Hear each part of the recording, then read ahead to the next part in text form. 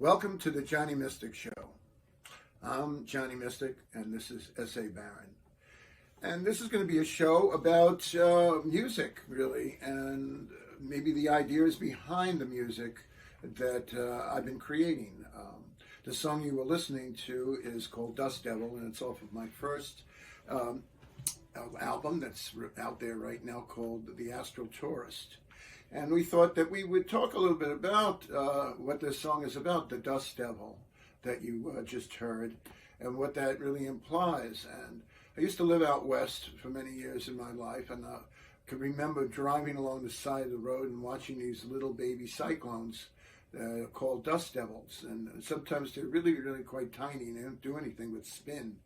And I always thought it was an interesting image for when we can't seem to get anywhere in our life, or the same kind of things keep coming up over and over and over again. So I chose to use that metaphor from my song, which is really about growing up and the crazy families that many times we're born into. You know, I grew up in a time when the family unit was being worshipped. You had shows like Leave It to Beaver or, Father Knows Best, all these ideal families. But along with that, you had shows like The Munsters and The Addams Family, which to me felt a lot more like my strange family. So that's why I adopted some of the language in The Dust Devil, because we don't always get the family that we think we're going to get, and you make the best of it. And so I was really having a lot of fun with that. And it's about putting the fun in dysfunction, right? That's right. The fun in dysfunction is like, there might be somebody in the family, who's like one of these characters. That's right. And especially back then, I think that's what was going on. They were showing the public that, look, maybe your family isn't necessarily like Father Knows Best. Maybe you're more like the Addams Family. Or maybe you're more like the Munsters. So everybody felt good, because they were getting these images to reinforce wherever they were. Anyway, this song is to have a little fun and to think about in that manner about your own life and why, and the people in it, and what kind of a role they might have played. My dad, he was a little bit more, mild-mannered, you might say. And my mom was like, could be like a mommy dearest, she was intense, so I wrote it that way, Always felt like, she was going to suck my blood. It's true, So, what do you have to say about that, man? Well, bless her. Did you have a blood-sucking mother? Or no, my mother was great. Thank God I had one good parent. And she does pass away, so God bless my mother. Four of us, we all turned out somewhat normal. Whatever the word normal means. But thank God, and she definitely kept it together, and it was just there was a lot of times what we all do. A lot of times we recreate our family of origin. That's kind of what I did. I got married, had kids, and kind of created that whole dysfunctional family again. Oh, you did it all over again. I did it all over again. So you really were in the Dust Devil. You were caught in that little Dust Devil. You were caught. Some people don't do anything, and some people they just do the same thing again. So I learned from that. Everything was a lesson, right? So everything is a lesson. I learned from my father how not to be, which was great. That's exactly right. Exactly right. It doesn't always have to be what to be, right? But what to avoid. Sure. Correct. I mean, I came from a very strict family in a lot of respects, and I was brought up in parochial schools that were very hard-ass in those days, and so I had that to bump up against in order to see what I thought was useful. Let's put it that way. Yeah. It was useful. And I got to tell you, some of it was useful. Well, you were in the middle of the 60s, and it was a lot different than the 70s. And then it changed, Things changed radically. So the influences in this work really date back to that period, really. Because we went from, let's call it a pure folk kind of a sound, for want of a better word, of people like, the Brothers Four or Peter, Paul, and Mary, or that type of sound, to what was called then folk rock, which became Dylan actually when he turned electric, and Mamas and Papas. That was all considered folk rock, and Simon and Garfunkel, a huge influence on my work in terms of making the language even much more poetic and and then the Doors also poetic and Edgar Allan Poe-ish, and that I liked, that gothy kind of a feel, that so that is I'd like to incorporate in my work whenever I can. Get that feeling. And reflecting back, I don't think things have changed that much, man. I think we still have the family, and the family comes in different shapes and sizes. But in the end, there's always going to be characters in that family. Yeah. So the thing is to enjoy it and reflect on it in a good way. And I have great memories because like where we started, find the fun in dysfunction, right? Yes. That was my motto, Yes, fine. My motto. Yes, it was your motto. And I had a good time, that's for sure. I always had a good time, so.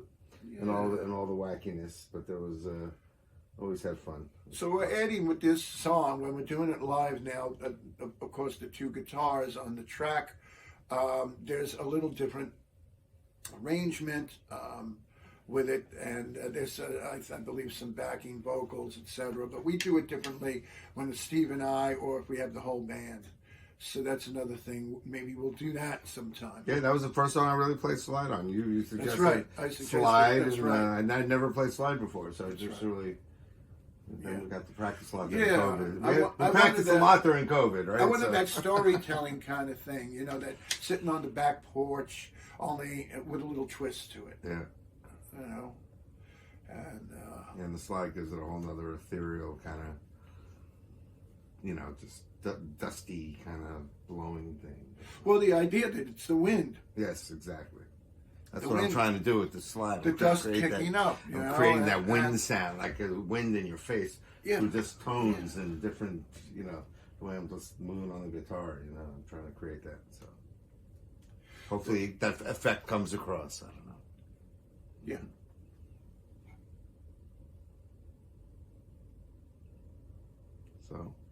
So. That's called like in Eckhart Tolle land, he basically, he likes to stay with between the words, and he always has these long, uncomfortable silences, and there's something to be said for that. I remember, it was Liz who said to me, so one of our first days, said, what I liked about you were able to sit there in silence and not say anything, Sometimes the silence is louder than whatever you're saying, right? So. Well, I like to take my time when I speak sometimes, and then sometimes I'll speak rather quickly. This song came about over a long period of time. It incubated. I had notions about it, and slowly it baked like in an oven, like an alchemical oven. It was forged out of, thinking about my parents and their personalities and the zaniness of it all. And so when I'm saying this, that some songs you can hatch very quickly, and others, they kind of incubate. Yes. And I think the songs for us, the saying before, all that time we had during COVID, we were like, there wasn't a lot to do, so we practiced a lot as a duo, right? We did play a lot as a duo. And we got really tight in that time. We were able to play a lot, and now we're looking to bring in some singers and drummer and a bass and bring it up to the next level. So, but I think there's something really special with the two of us just playing. We have a good communication going on there. Yeah, it takes a little while. I mean, it really, really does, of listening and knowing the music, of course. Now when we're working on certain things, new pieces, even if he doesn't know the music, he knows the way I write and the way I deliver it, because we all have our own style. So he's able to follow me because we've been playing so long together. So next time we'll do another song. We do harmonica also. We'll bring the harmonica in or something like that on the next. We've got a lot of new great tracks coming out too, right? John has been writing a lot of amazing new stuff, and want to put definitely some new stuff together. I only played, I think, like one or two songs on the old album, which is great. The first album's great, and it's and that's it. And we're wrapping it up. So go to Spotify, listen to the first album, right? That's already on there. Look for Johnny Mystic and the Spirit Guides, and we thank you for listening. We'll see you again.